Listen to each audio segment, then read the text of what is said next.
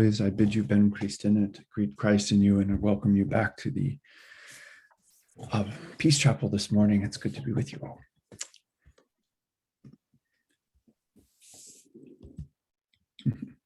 All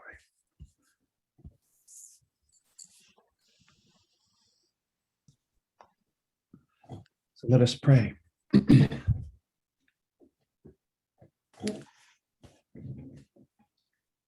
Dance in me, O Christ, like the helix of my DNA. Dance in me as silent as light. Dance as you once danced among us. Spin and twirl and spiral, that I may be born anew, that I may be born like you from the womb of the Father. And stretch this flesh of mine, this flesh divine, from time unto eternity, that I too may dance in you until we dance no longer together, but as one. Amen.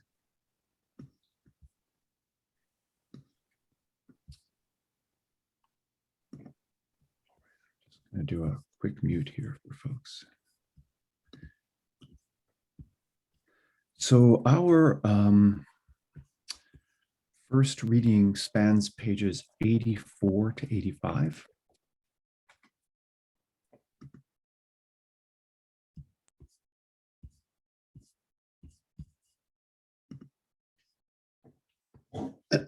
For those of you who are following in the book. So through the incarnation, humanity is caught up in this great divine dance, the endless mutual indwelling of Father, Son, and Spirit, known as perichoresis. Originating in the 4th century with the work of Gregory of Nazianzus, perichoresis means mutual interpenetration. In Christian theology, it came to refer to the eternal relationship among the persons of the Trinity, each eternally interpenetrating or mutually indwelling in the other. Gregory's original use of the term, however, described the manner in which the divine and human natures coexist in Christ. Both natures perfectly interpenetrate each other without confusion or diminishment of either. In short, Jesus is fully human and fully divine, not half of each. Thus, in Christ, the eternal interpenetration of Father, Son, and Holy Spirit overflows and is emptied out into all of creation. The eternal movement of God from God, light from light, true God from true God, now unfolds in our very DNA. This union between God and creation, lover and beloved, is so absolute that God indeed becomes all in all.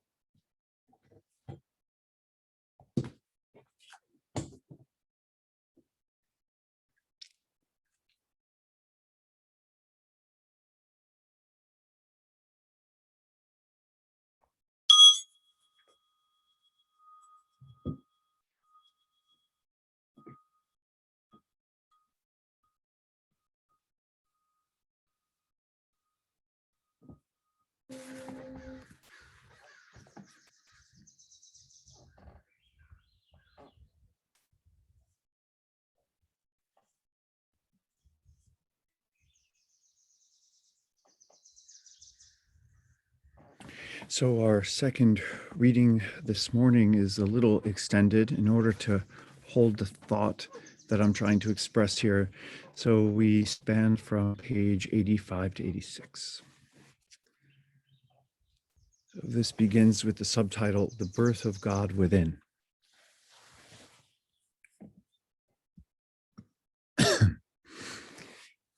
In his Sermon 1, Meister Eckhart celebrates this cosmic dimension of the incarnation in relation to the deification of humanity. Here in time, we are celebrating the eternal birth which God the Father bore and bears unceasingly in eternity, because this same birth is now born in time, in human nature. We shall therefore speak of this birth, of how it may take place in us and be consummated in the virtuous soul whenever God the Father speaks his eternal word in the perfect soul.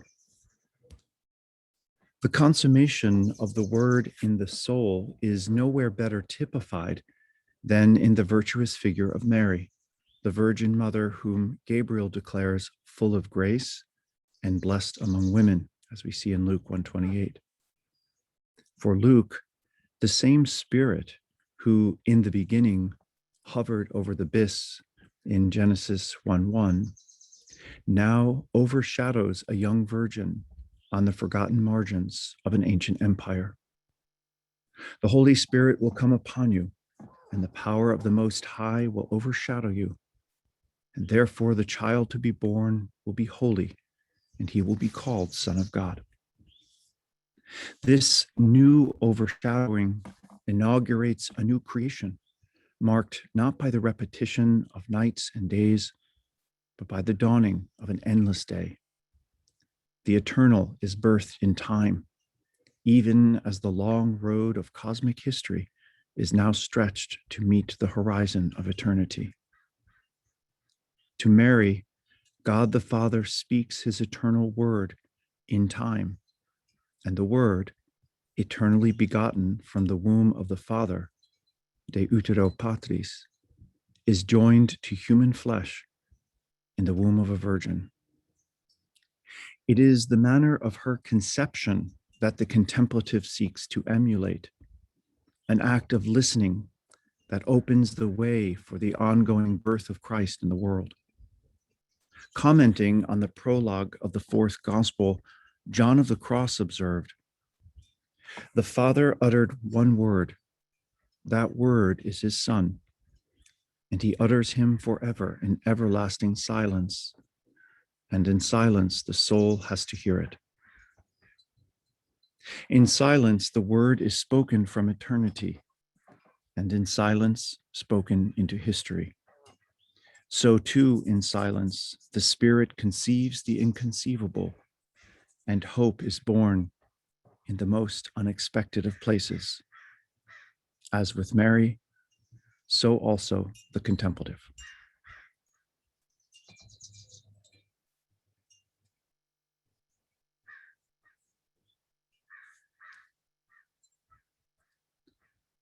So our closing prayer today.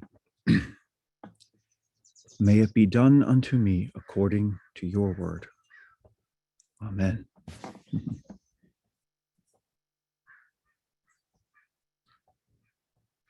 So full confession, I cheated a little bit during our meditation this morning by moving myself outside. When the weather permits, I prefer to meditate outside, and then thought, well, why sit inside for the whole session? So I moved my table out here. So here I am. I hope the birds in the background are not distracting to you. But I got to just show you real quick the view here, if you're able to see that. And your dog welcomed us. He did, right when I unmuted as the bell was ringing. I saw that. So so anyway, welcome back this morning. And I know there's a lot of text there for us to potentially uncover. And I'll go ahead and take your questions or comments as you like.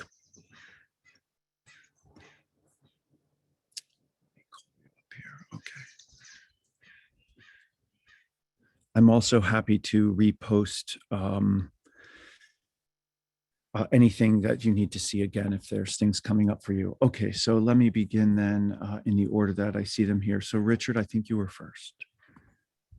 Good morning, all. Good morning. Father Vincent, ever the dance instructor, leads us again in the dance, and I'm reminded of the Persian mystic Hafez, who said in the Daniel Ladinsky translation, Hafez said, cast all your votes for dancing. That's nice. Yes, we don't. Yeah, sorry, Richard, go ahead. Go ahead. No, I don't think we give enough credence to faith and spirituality as a dance. And the dance, you tell us in perichoresis, is both and. In Christ being fully divine and fully human, for us too. I meditated on my mind, which prides itself on its unerring perception, in wanting to separate everything and make it black and white. And instead, this says both and. Mm-hmm. And holding what Pierre Vilayet called the tension of the opposites. Mm-hmm. That's right. That if I can hold good me, bad me, if I can hold divine aspect and human aspect in me, and not blame or judge the whole, Mm-hmm. Then there's peace in the view, and accepting. Thank you. Thank you, Richard. Yeah, in many ways, I think, this. So first of all, this perichoresis is where we get the word in English, like choreography. To choreograph a dance or something like this is all related to this idea. And in many ways, I think Christ is the divine dance with creation. It's God saying, "May I have this dance?" in a sense, and that dance is one in which we are caught up in that eternal dance between the persons of the Trinity, and then we just get sort of swooped onto the dance floor of that beautiful interpenetration and mutual indwelling that perichoresis tries to speak to.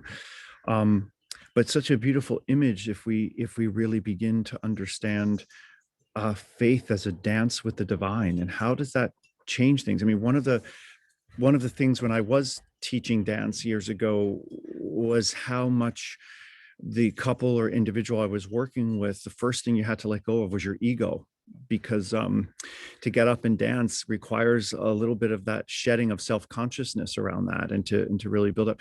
So there's so much in dance that provides such an apt I think portal into the spiritual life that it's worth some attention, right? It's a beautiful thing. So thank you, Richard, for those comments. Let's see, Pat, please. I think you're next. Just go ahead and unmute, Pat, if you would. All right, here we go. Okay, I want to make sure I understand this. The second reading about eternal birth. So Christ was born as Jesus at a particular point in time, but then is eternally birthed in us through deification. So am I grasping that as you mean? Right, that's right. Okay. Now I want to know, like, how does that intersect with the concept of being born again?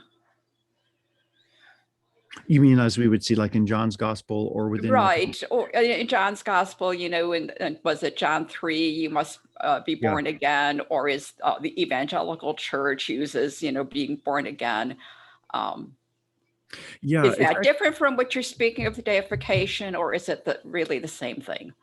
Well, I think one could probably argue that within an evangelical perspective, they are striving to understand a similar thing that within the mystical tradition we are talking about here.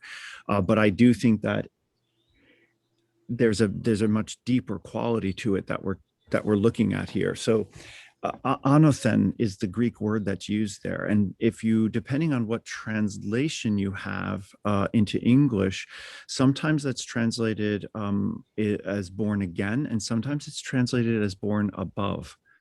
And in my opinion, in studying the Greek and as a New Testament scholar, I find both of those translations unfortunate, because I think what the text is saying is not, are you born again or are you born from above? But what he's saying really is, unless you are born again from above. And we shouldn't be Okay. choosing between them. I think the implication and the purpose of the ambiguity of anothen is precisely to introduce a both and yet in English we keep choosing, and I think that's misses the nuance of what's being said there. So what I think Jesus is saying is that unless you are born again from above, in other words, unless he's not talking about a physical rebirth, he's talking about a spiritual rebirth, an opening, right, to being birthed again, if you will, as what the patristics or the early church fathers refer to, from the womb of the Father, which I quoted there, de utero patris, which is a beautiful, if you'll pardon, almost transgender term where, we refer to a deeply feminine aspect of an otherwise Father God having a womb from which Christ and therefore all things are born. It's a very beautiful concept, really. But that's the kind of rebirth that anothen is getting at, is we need to be born spiritually, not merely physically. And that's what we're calling the spiritual journey or awakening or enlightenment or so forth.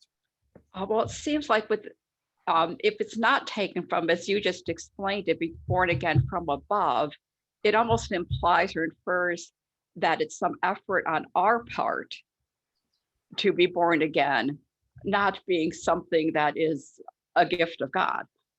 Well, I think as always, the gospel presents itself as an invitation, not as a demand or a requirement, right? So there's always that aspect of Jesus's ministry where he, starting with what we talked about today with the Lucan gospel, do you consent to the Spirit overshadowing you? And Mary has to say her, what in Latin is her fiat, right? And that's why I'm talking about here, she becomes the sort of the model of the contemplative par excellence, because she gives her consent for the physical birth of Christ into the world.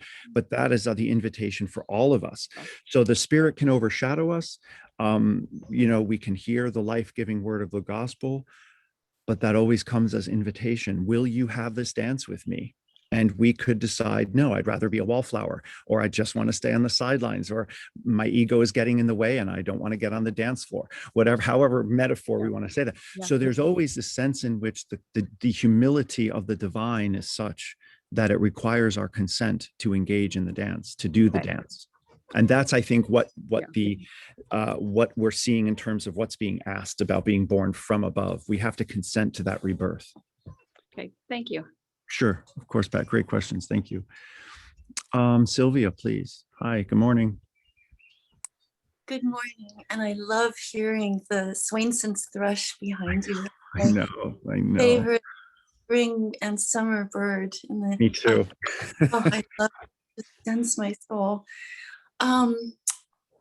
It's just, last week and this week are again so beautiful with the readings, your writing, the discussions, and as many people here know, my husband, life partner, died a couple of months ago, and it's been this incredible journey of grief and grace and blessings, and just it's been one of the hardest things if maybe not the hardest thing I've ever gone through. And so when you were writing today about listening and being open, what for me, the two greatest experiences of my life, one was my full near-death experience, which is a few people here have heard me describe, which was the absolute greatest experience of my entire life and remains so, and utterly changed me for the rest of my life up to the second. And then the second one was just about 10 days ago, utterly unexpected. I had been feeling so lost, and there are two other people who were becoming more progressively ill. One is Lad's brother, who is in the ICU, and another is one of my best friends who's taken classes with you, Father Vincent, Marisa Clark, and she's in the ICU, and both are looking very dire right now. And so I have been in this prayer field more than I believed I could be on an all day, all night basis. And at my darkest, right before Lad's brother had his leg amputated last week, I thought, I don't know that I can, I don't know how, I don't even know if I want to keep holding all this. And there's other things and stuff. Anyway, I woke up in the morning, and then I lay there in that hypnagogic in between sleep and waking state. And suddenly I felt Lad take my hand, and I could see him. And he was healthy and strong, and we were walking up in this place in the Bay Area called the Marin Headlands, where there are these tunnels where they used to have Nike missile bases and protect the bay from World War II. And there are a lot of tunnels, and it's at the very top of the land overlooking the Golden Gate Bridge and the Bay Area. And we stood there silently, and this living light, it was alive, came out of the topmost tunnel. It was a living light. It was unlike any light I'd seen since my near-death experience. It was alive. I don't know how else to explain it. And then we're both standing in awe, looking at this light emanating from the tunnel, and Jesus walked out. I've never had an experience ever like this before. He walked out, and it was obviously Jesus. And he stood in front of us, and Lad and I were shoulder to shoulder, just standing in utter awe and presence. I mean, I don't even know if I was breathing in this vision. We were just pure awareness and presence and awe. And Jesus did not say anything. He was with us. He filled every cell of my being, every electron, every part of my consciousness, and Lad's too. And this went on for I don't know how long. And we just were together as living love and light. And then at a certain point, the light began to contract and condense, and Jesus went back into this light, and the light pulled itself and went back into the tunnel and disappeared. And I turned around and looked into Lad's eyes, and we just wordlessly were. And I knew that from that moment on, I could just close my eyes and in the real world out here and just be with love. And I will to will thy will. And it isn't as easy as that with, going through the things of the day and difficulties. But what I really realize is it's all about being open and listening in silence, and listening with the fullest of intention. I will to will thy will. I will to will thy will. Or as you said in your prayer this morning, you said the same thing, but with different words this morning. Anyway, I just wanted to say that in the most humble of circumstances, and I certainly do not put myself in any exalted role. I am just a stumbling, flawed human. But listening and being with everything that arises is the path to grace Thank you, and love. Sylvia. Thank you. You know, it strikes me that this is a moment, and thank you for sharing that so beautifully, of what, I'm talking about here as time stretching into eternity, I think, and just this whole beauty where eternity is not something other, but something that grows out of this time that gets stretched into, in this dance into sort of sharing what would otherwise be temporal becomes eternal in that sense. And it strikes me that this experience is a moment in which you've had a glimpse of that. It's beautiful. Thank you for sharing that this morning.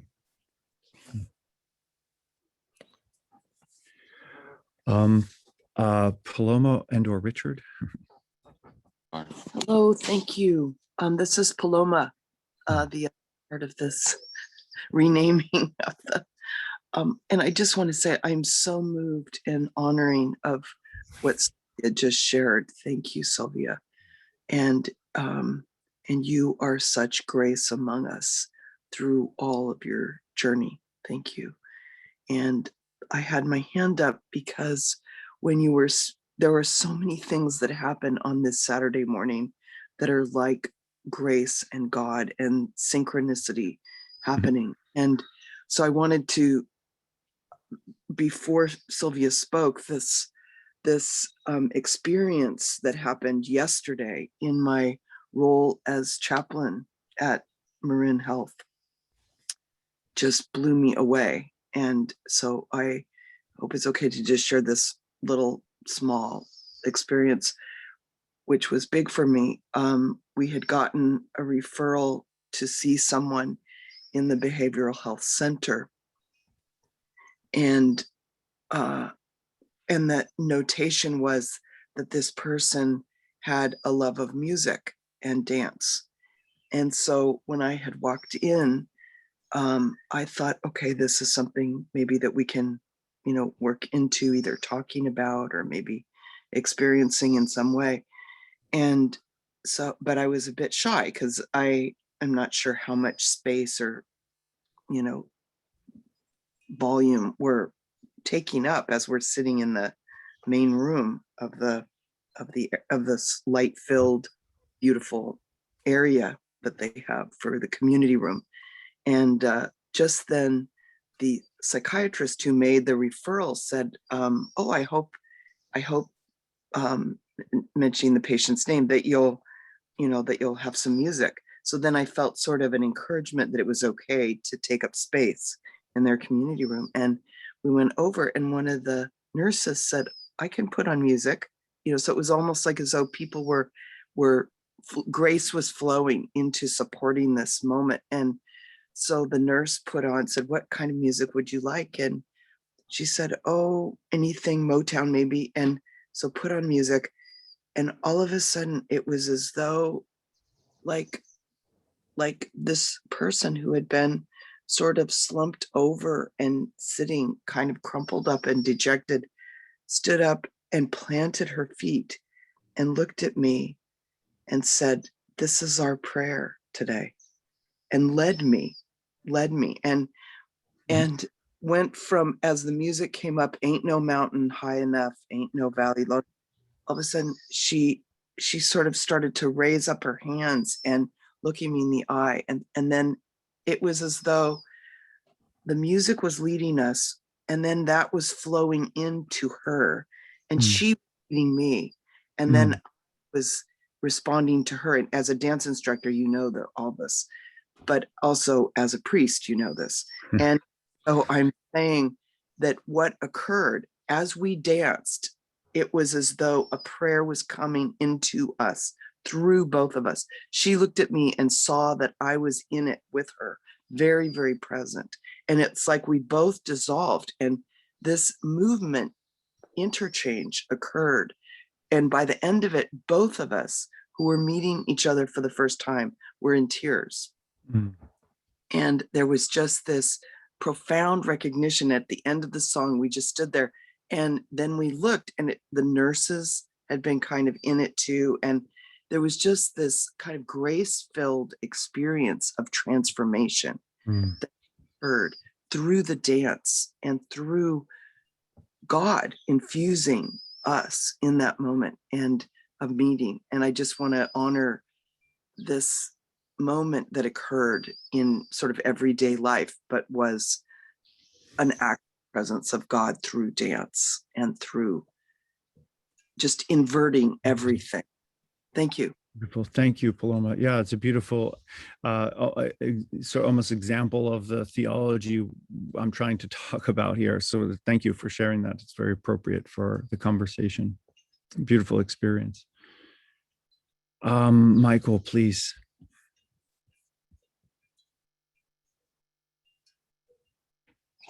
There we go. Got unmuted. Good morning, Vincent. What a wonderful morning this is being, especially with you, seated in the gracious light of Inverness. I've just been moved in so many ways with these, especially these last two shares have just been warming to me. This is maybe my usual way off the track somewhere, but it came to my mind that this is the true meaning of God giving us free will. We have the free will to accept his invitation to dance. You know, that always comes up. God gave us free will. Well, did he give what? We have a free will to go rob banks if we want, or, you know, to do whatever that is between right and wrong. But it hit me this morning that he gave us the free will to be able to accept him. Right. In this case, accept his invitation to the dance. Right. So that's all Yes. I have. Yeah. Thank you, Michael. That's right. I think, you know, however we metaphorize that notion of the dance, it's everything from choreographed to playful to, you know, to graceful and beautiful. And sometimes we step on each other's toes and so forth. But yes, indeed, there is I think a beautiful metaphor for understanding the entire spiritual life as the divine dance in which, you know, we're born again from above, or where, you know, we're giving birth to God or Christ in the world. We tend to think and metaphorize the contemplative life as a kind of stillness and silence and solitude. But by adding to that the idea of dance, brings a dimension to it that is, I think, playful, but also helpful in helping us understand the beauty of it and what dance offers. And there's work being done now among scholars about looking at what forms of contemplative practice have existed, say, in native traditions or tribal communities that don't look anything like Western monasticism or, you know, Greek Orthodox monasticism, as it were, but looks like chant and dance and group dance and repetition, right? And beating on drums in a rhythm that kind of, you know, brings you to an altered state of awareness or consciousness and so forth. And we're learning that these really are, in those cultures, what we would call contemplative, because of how they raise people sort of beyond the mundane into the sense of the sacred. And a lot of that is communally oriented. So how we explore even our assumptions around what it means to have a contemplative practice are being informed by, you know, a more globalized understanding of how these same concepts or ideas or religious experiences get expressed in different cultures and times and communities. And dance is there, you know. It's just, so yeah. So thank you, Michael. Appreciate that. Other thoughts or questions about the reading? Anything I can clarify for you today? Yes. Okay. Linda and then Luke, please. What a day of beauty with everyone's share. And Father Vincent, would you be able to put the your first opening prayer in the chat?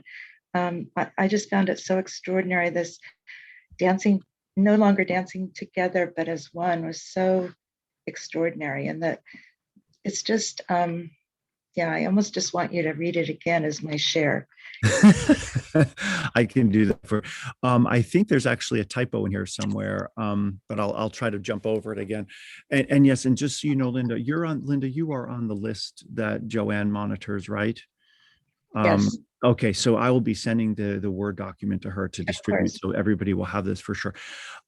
Yeah, so when I write these, I attempt to reflect or anticipate what I'm going to be talking about in the readings, and that's where this comes from. And now that we've read through them, you should hear some of that resonance. So dance in me, O Christ, like the helix of my DNA. Dance in me as silent as light. Dance as you once danced among us.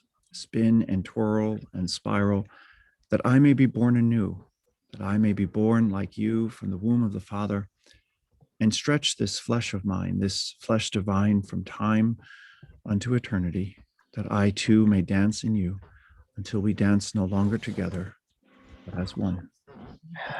And that in many ways, I think, is the in a very brief prayer, the trajectory, if you will, of the contemplative life. From the dance of the invitation to the dance leading to rebirth, and from that rebirth into a oneness, right? An absolute oneness with the divine. So thank you for that invitation, Linda, to pray that again. Let's see. So Luke, please. Yeah, thank you so much, Father Vincent, and everybody. I've really find it very nourishing today, and I was reminded. I really like the dance metaphor. I was reminded of. I know that Nietzsche once said, "I could only believe in a God who dances." And, beautiful. and not generally associated with faith, but which I always thought was really beautiful. But something that really, I guess, provoked some memories for me was the kind of melding, I guess, in the the coming forth from the womb of the Father, and that sort of transgender almost sort of aspect to it. My own spiritual training, I guess, has mostly been in the Zen tradition, and I was reminded of Kuan Yin, who's the Chinese goddess of compassion, who is a very important figure in the Zen tradition, and I read a book about the sort of history of Kuan Yin some time ago, and historically, at least, it was Kuan Yin sort of came into being as Buddhism spread across China, or what is now China, and Buddhist practice met with Catholic missionaries, came into contact with, and it was actually a sort of a fusion of Buddha and Mary in the local cultures that sort of gave birth to Kuan Yin, which I always thought was kind of wonderful. So I thought I'd share That is. It's funny, Luke. I did not know of that sort of syncretism there. But it makes sense to hear of it. What a beautiful concept. That's right. And she is a beautiful sort of personification of compassion, and how appropriate that it's expressed through a sort of divine feminine in that sense, right? Which I think in many ways, the image of Mary plays within many forms of Christianity.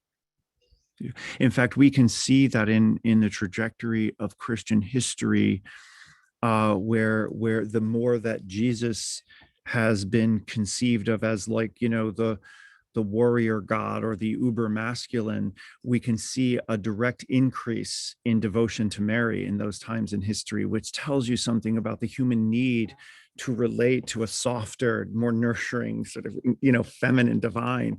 And in a framework that is so strictly monotheistic, Mary becomes the closest thing we can associate with that expression. And so it's an interesting study, and it calls, I think, for a theology of balance when we look at this question of how we model an image and conceive of God, to do so in a way that brings out that feminine quality, if you want to say, or that relatability.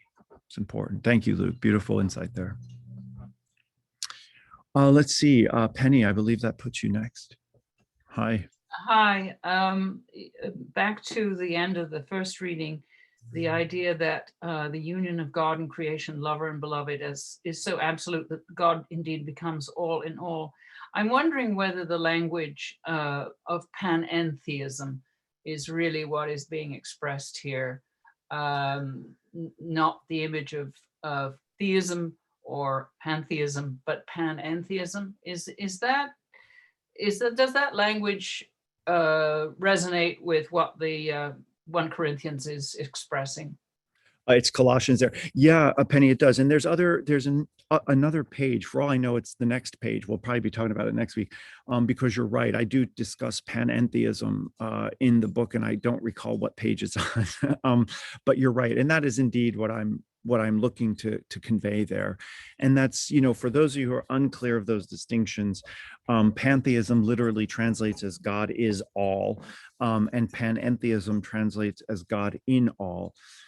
So pantheism, Christian theology would object to a strict pantheism, which just equates everything with God. And the reason for that is essentially, among many, but I think the most basic reason is because it denies a sort of transcendence to God on some level. And it also, though, and this to me is much more important, pantheism makes the union between God and creation almost mechanical, automatic. This just is God and that's that. As opposed to panentheism, which on the one hand preserves a kind of notion of a creator God who, out of an act of love, gives birth to this creation, and then again, out of love, enters into it fully as a self-emptying. And so the union of panentheism is not a mechanical union that just says, well, it is what it is, but is a union born of divine love, freedom, sovereignty, to be one. So it is a union born of divine love, not a mechanical union that just sort of is because that's the way things are. So you're right, Penny, that I do address that notion of panentheism. And this is just one way of speaking about it, even if not explicitly named here in this particular instance. Thank you. You're welcome. Let's see, Gerald, hi. Hi, welcome back. And congratulations on your book review. Thank you. Yeah, it's exciting. How many people can say they got a write-up in the Vatican paper? Yeah. Crazy. I guess your opening prayer actually addressed this, but what occurred to me, and I guess maybe it's a personal thing, is do we dare think of ourselves as part of this divine dance, as an integral part of this interpenetration? Do we dare? Can we be so bold?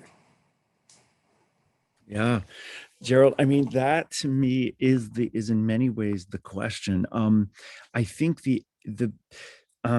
what your question touches on for me, the first word that comes for me is grace, insofar as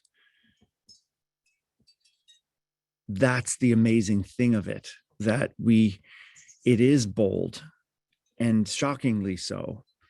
And yet it's what the gospel says is the case. And that's what makes it good news, that it is this pure grace. I come back to Robert's comment that he's made now well over a year ago. Why would God want to take up residence in this shanty town? Remember, Robert, you talked about this. But that is, I think, the question in a way you're asking in a different way. How is it possible we can so boldly say that we have been caught up in this divine grace, but in this divine dance? But I think this is where we are moved, not to an intellectual concept, but to the very heart of the gospel as good news. And because it eviscerates any sense of whether or not we're worthy. It just says it's because we are so profoundly loved, so infinitely loved, that there is indeed the facticity of it, as the gospel would say. We have been caught up. We are caught up. And it's not because we're worthy. It's not because we're prepared. Worthiness has nothing to do with it. It has to do with this overwhelming abundant, infinite love that is mystifying to us, because we can look at ourselves and say, why would any God love us after all that we've done to botch up our planet, and the warring and the hatred and the pettiness and the egotism and all of this? And yet the beauty of it is that, but we are loved that much. And it is by this beautiful divine sovereignty, this divine initiative born of infinite love, that the gospel says we have been brought into this dance.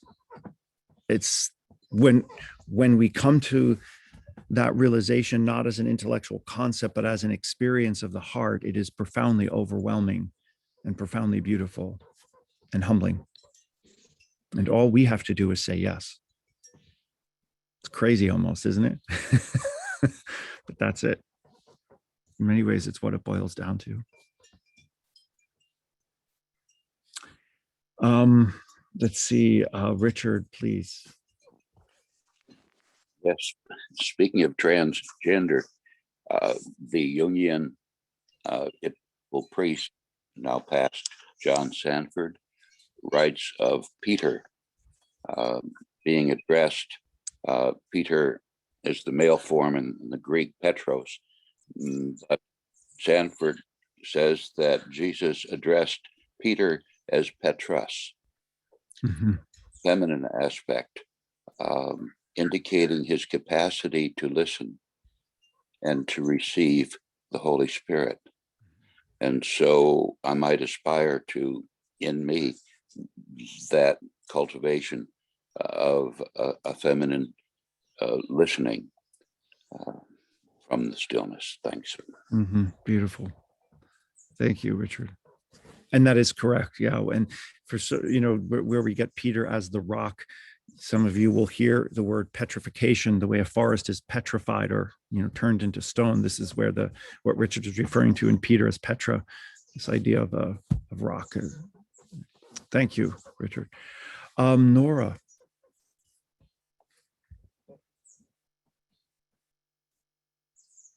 I hope I can say what I want to say, Father. I'm so moved this morning by Sylvia, by just the beauty of some of the sharing that has been done. But I am particularly moved with the aspect of joy that this brings to me. And I can't tell you how many times I have sat in the Mass and felt not joy, but just some sinfulness, or the stress on I'm a sinner, and I'm so overcome with this idea that we are brought into the dance whether we are worthy or not. It is our choice to say yes. So thank you. I don't know how to thank you and all of you here today. It is so, so beautiful to get away from the idea of sin and sinfulness. Yes, we are flawed, and we will be flawed, but God loves us despite that. And that's the beauty. I say a prayer every day that says, I give thanks for being a creature of the divine. Let this presence settle into my bones and allow me the freedom to praise and love and dance and sing. It's there for every one of us. It is there for every one of us. Thank you so much. Of course, Nora. Thank you. Yeah, that's it. If you ever noticed like statuary, growing up Roman Catholic and, seeing these statues of the various saints, they always look miserable. They do. They look miserable, absolutely miserable. They're never smiling. They're always like looking up to heaven in this tearful, pleading way. And I think, oh my God, like what is this saying over time about like what it means to be holy, right? So, so how do we, and yet we would contrast that, say, with the image of like a Friar Tuck, who is this very sort of lively, happy, jovial. To me, the most holy people that I've encountered are some of the most joyful people I know. Not just like, wallowing in the misery of the spiritual life, but able to hold and sort of carry and exude joy in the midst of what we all know is a life that can often involve suffering or suffering of others and so forth. So what if we just were to spend time really looking and at how joy plays into the spiritual life?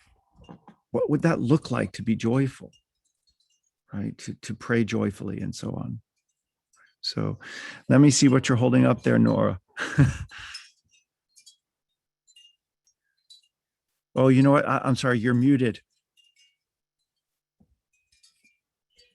So this is a santo. I have many of these santos, these great pictures. The holy one. This one actually has the role in my house of being the greeter, because I find it so ironical that he has this sort of stick in his hand, but he has a frown on his face. But I make him smile by being the greeter to everyone that comes into my house. So, you're right. There are some pretty grim santos. Yes. Oh my God. But for what that's worth, what would re-envisioning the spiritual life as a life of joy, of the contemplative life as a life of dance? I mean, how does that enter into the picture, and how does that shape our spirituality? Yeah, it's an important question. Thank you, Nora. I really appreciate your comments around, and I like your little Santa there. Christine, please. Thank you, Dave. I love the picture of the smiling Jesus or the laughing Jesus. Indeed. What's coming to me about this dynamism, this dance, is the vibrational quality of it, and how subtle it can be. And so the power of stillness, the power of being quiet in order to attune our ears, our heart, our whole body to this subtle vibrational quality that makes us sing. I mean, makes every atom in our being sing. And Christine, when we think about that vibrational quality, one of the things that I'm going to ask in the meditation for this coming week is to attend to as a listening. And I feel that vibration is something that we not only hear, but feel. I once, when I was younger, was dancing with friends of mine, one of whom was close to deaf, the other was deaf. And it was amazing to me to experience with them how they interpreted the music through vibration that they couldn't hear otherwise. And they had some good moves. I mean, so through that, through those vibrations, they couldn't hear what I was hearing, but could feel through the floor and through the air from, when you're younger and these speakers are ginormous and they're blowing your eardrums out. But I mean, you could feel in your whole body this boom, boom, boom. And they were able to just move with that in a way that was profoundly, mystifying to me. So how does listening and feeling that vibration of that movement of life in us contribute to what we call prayer or the contemplative life or practice? Right.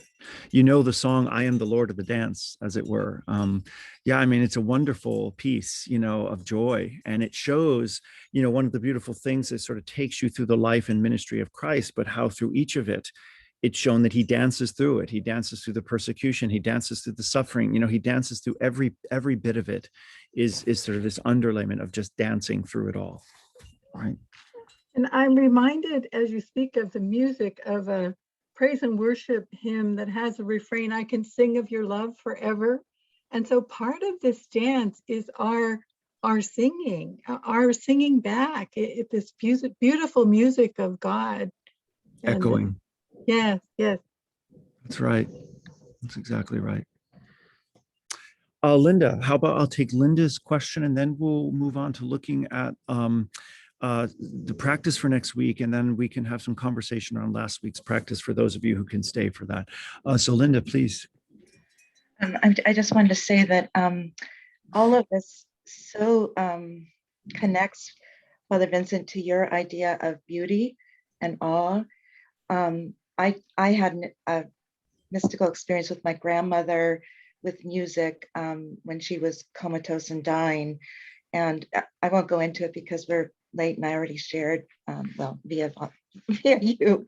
But yes, I feel like, and just this week when I wrote my niece about what I was in awe of, it was music, you know, and what that expression does for me, and as people have expressed for the dying. I would just urge everyone to let their loved ones know what music you might want to hear, because there's a lot of study on this and evidence of music bringing people back, music that they're familiar with. It's a beautiful thing. And I just want to say last that in Hinduism, of course, we have Shiva, the Lord of Dance, who, and then my daughter studied, you know, for 15 years, Bharatanatyam, which is the temple dance of Hinduism. And we have the Shakers and we have the Sufi dancers.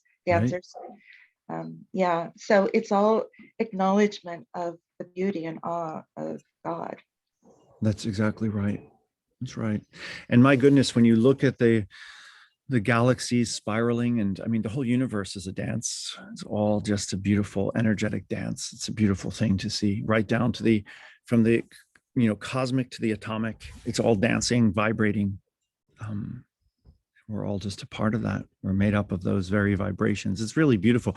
I have a profound love for, you know, modern cosmology, because we're discovering things that just are as if not sometimes more mystifying and awe-inspiring than other doctrines that we hold dear or that we've studied for so long. It's profoundly beautiful. So thank you, Linda. Lovely. Let me then call up, if I can, our meditation for this coming week. I'm inclined to alter what I've written based on our conversation, and it would simply be this: dance. So I wouldn't mind if any of you would like to take that up. Otherwise, I will share with you what I wrote earlier as an option. So as I mentioned a moment ago, the God of Israel is not seen, but heard. So the challenge was to be attentive to listening as an act of prayer. What is God asking of you, and what of the divine, sorry for the typo there, what of the divine birthing in you is awaiting your consent? So listen, the challenge is to listen and then to ask, what is being asked of you? I was thinking here of Mary as the archetype contemplative, being asked to give birth to Christ in the world, as the reading talked about today. So what's being asked of you as the Spirit overshadows you, and what then of the divine is seeking to be birthed in you and is awaiting your consent?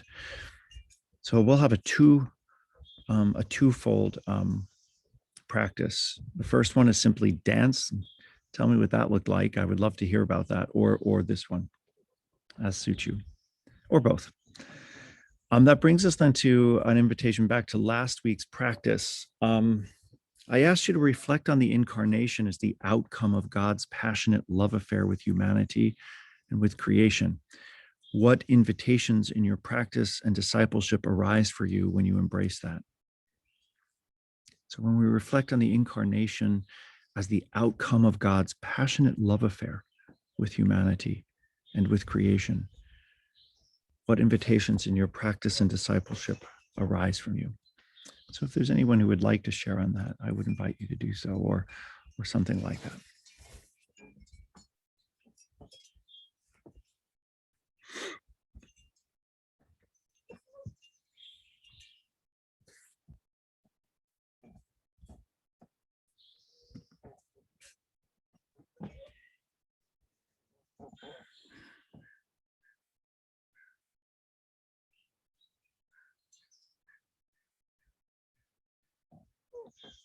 sorry, Robert, please.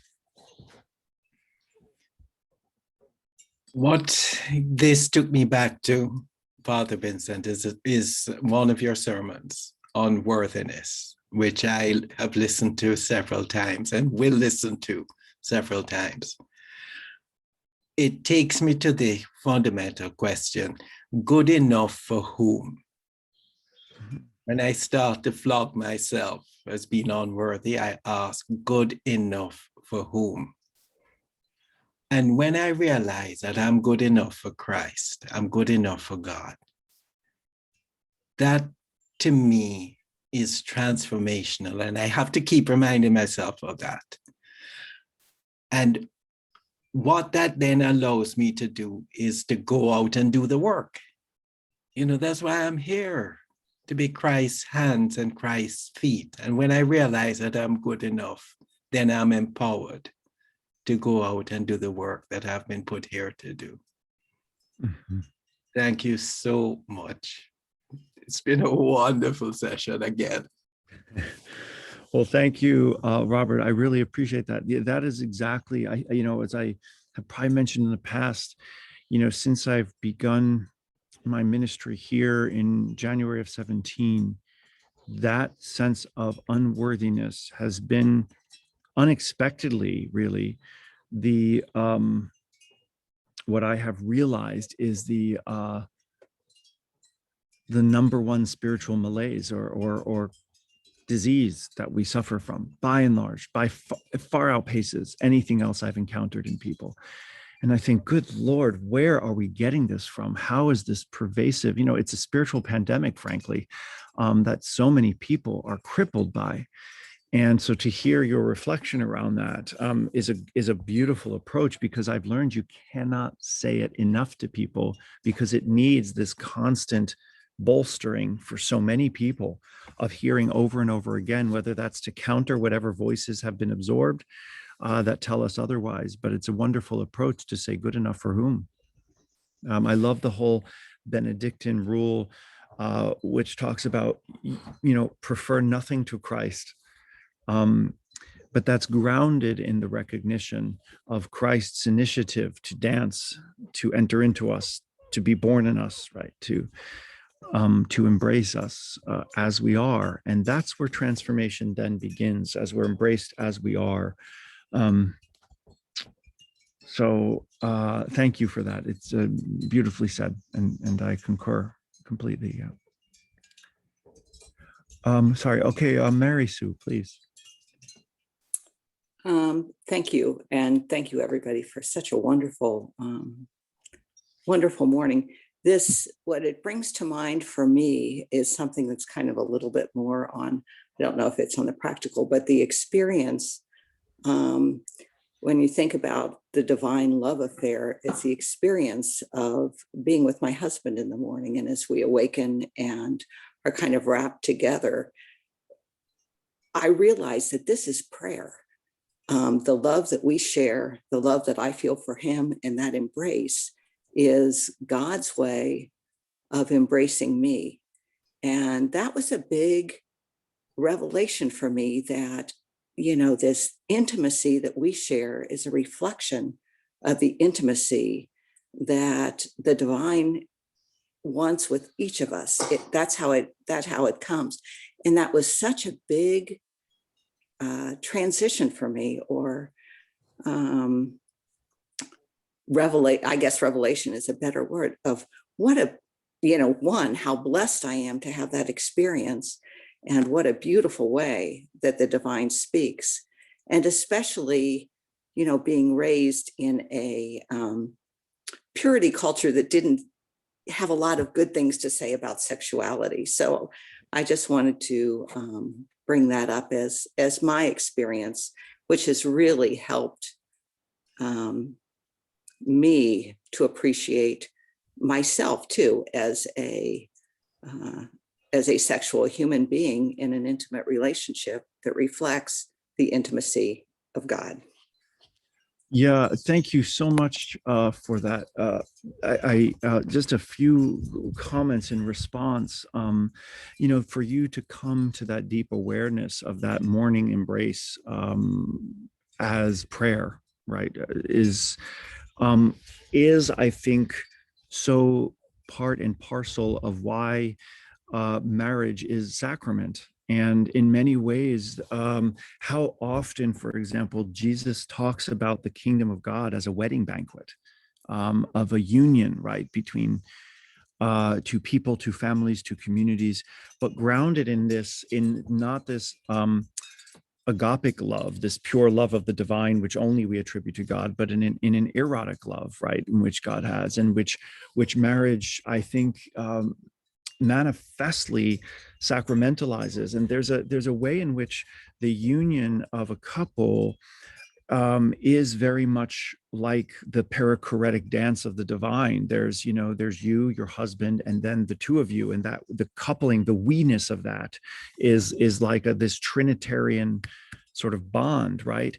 And that you model that in your intimacy.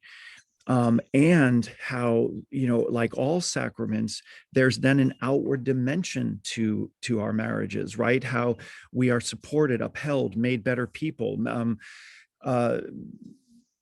In many ways, I think the whole sacrament of marriage, its purpose is ultimately to lead us to deeper holiness. I mean, we all know, if you've been married for more than 10 minutes, how, it's not all roses and peaches, that there's ego bumps and harsh edges and differences that have to be worked out, and over time how the rough edges get smoothed into those like river stones, as we say, as the currents of life sort of have you bumping into each other. And to have a mature relationship in marriage that can once recognize this deeply intimate dance, this sexual or erotic love that is spiritual and grace filled, and is the thing that helps us to then become better people in the world, has that outward dimension as we are caught up in that divine dance. So all of us are bettered by knowing those in marriages whose marriages become ministry to the world and are upheld in that love for one another. I think there's something very deeply beautiful and archetypal in what you're talking about, and needs to be explored more deeply. Yeah, thank you. It reminds me, my husband and I walked the Camino a couple of years ago, and someone asked us what was the secret, to our marriage. And I was kind of taken aback, because I realized he had just seen us interacting with each other. And there was something in the way we related that really touched him. And we had a lovely conversation. But again, that was such a sense of, seeing just the fruit of our relationship impacting someone else in a way I wasn't even aware of. Right. So thank you for your reflection too. Yeah, thanks. Yeah, that's exactly right, Mary Sue. Exactly right. Thank you. Hi, Anna. Good morning. Good morning. This reminds me of something I learned that I didn't associate with being Christ or that kind of thing when I was a very young person. My parents decided to participate in the foster child program where I was growing up. We're concerned about so many children not having homes or love and that kind of thing. And the whole conversation reminds me of the physicality of love. These kids would come from abuse in many ways, and not enough food or no food. There was one little boy that was like 1 year old, and all he ever got was dry dog food thrown at him under a table. I mean, it was really serious conditions. And, others would cower if you came near them, and they couldn't hear words of love, but providing them with clean clothes, their first set of new clothes that they recognized, giving them support, having regular meals and regular periods of study, and being very consistent that's a physicality that supported their being. And then they would start reaching their arms out and hugging you and these kinds of things. It's very physical before they could ever express words or would hear the words of love. So thank you.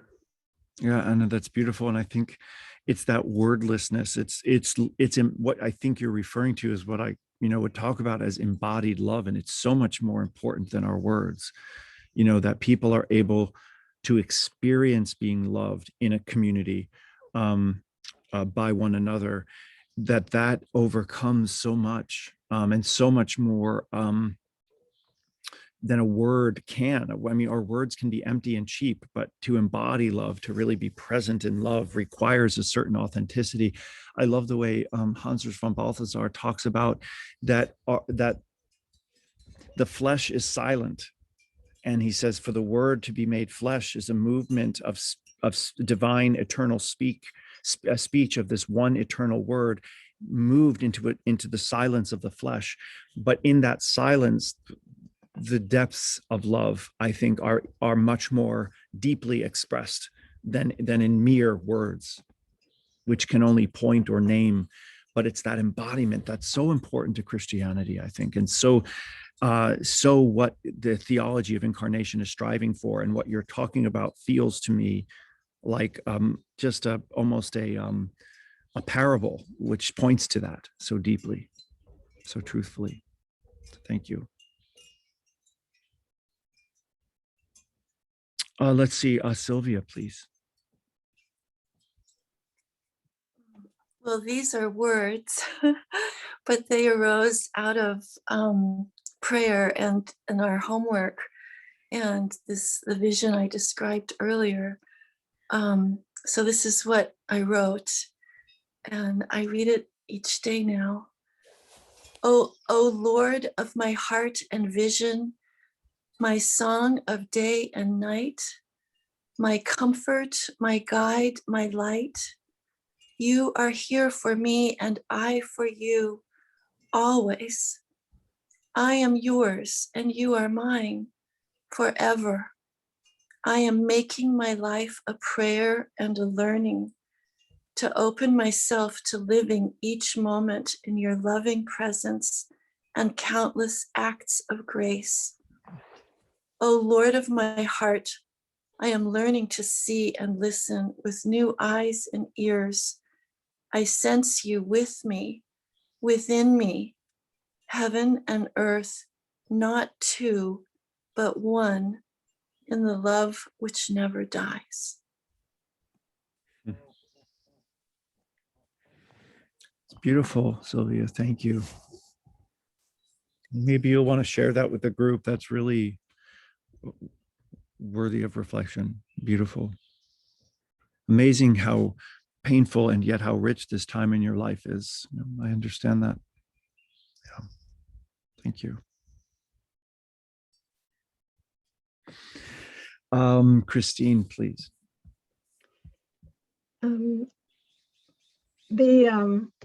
The opening prayer with the phrase, the womb of God, so resonated with me because, as you know, I've said it before, I've been envisioning myself within the womb of God as a way of praying without ceasing, and to be transformed without my even understanding how or taking any credit for that.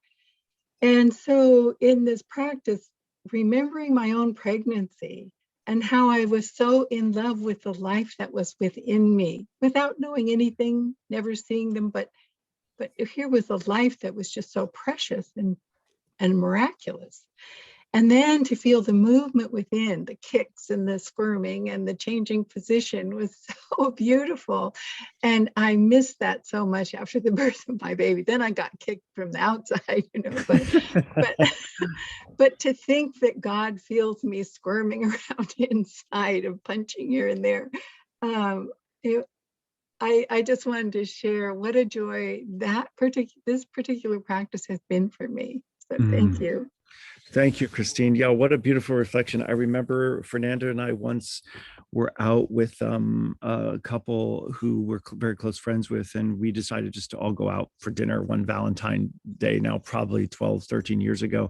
And it was so February 14th, and she was pregnant, and over dinner was the first time she felt that quickening. And I mean, the joy that came, it was her first child, and the joy that came over her face and the tears, and she just couldn't believe. She's like, wait, what was that? And it was just such an exciting moment to experience her joy at that dance of the child starting within her for the first time. It was really quite beautiful. So yeah, I have a little bit of womb envy. I always wish I could know what it would be like to have a living child inside of me. So I've always been fascinated by the whole idea of pregnancy. I think it's a beautiful thing. My sisters are like, yeah, you should know, but they think I'm over romanticizing it, which may indeed be true, but still, it's a beautiful thing. So thank you for that, Christine. Other thoughts or questions about your practice? I did see that there's a request to be directed toward the sermon on worthiness, which I'm happy to send over to Joanne, and I'll also forward the name and date of the sermon on the dance that I did here once. I think it was on Trinity Sunday, and I was actually trying to communicate this notion of perichoresis. A word on that. All of these are on the St. Columba's website, and they're always posted in order of dating, with the latest on the top. We've converted over a year ago now to a podcast, so you could actually register for that podcast, and the sermons would just be delivered to you on a weekly basis as they're posted. But prior to that, you would have to go into what we call our archives. We've not gone back to actually convert the earlier ones into podcasts. So if I do send you the link, it will take you probably into the archives, and then I will give you the name and the date, and you would just need to scroll down from latest, to least recent until you find the name. It won't be, I don't think I can link you directly, but I'll try that. So in any case, I would encourage you to have a listen, if you have the time this week, to either of those two, because in many ways they're germane to what we're talking about this morning. Carol, registering for the podcast. Oh gosh. You know what? I'm not sure. Fernando runs all of that. I'm so low tech. It's almost embarrassing, but I will find out for you and let you know how to do that. I'll have to ask Fernando how to register. I'm sure if you go on to the website somewhere, it probably says that, but I'm not even sure. Linda gave me the answer. Oh, she did. Oh, okay. Oh, thank you. Okay. So Linda, thanks for that. So, okay. Well, I want to thank you for your time again, as always today. And I hope you all have a very blessed week ahead. And I look forward to seeing you back here on Saturday, as we really are coming toward the close, I believe, of this chapter and moving on to the next. So it'll be a fun transition as we, over the next few weeks, as we transition there. So as always, I bid you Benum Christinet, and may you go with my blessing, the 3 in 1 and 1 in 3. Be safe, be happy, be healthy, and do dance as best you can throughout the week, and see how that works into your spiritual life. And I look forward to hearing about that on Saturday. All right, God bless you now, and we'll see you soon. Bye, guys. Thank you, Father. You're very welcome.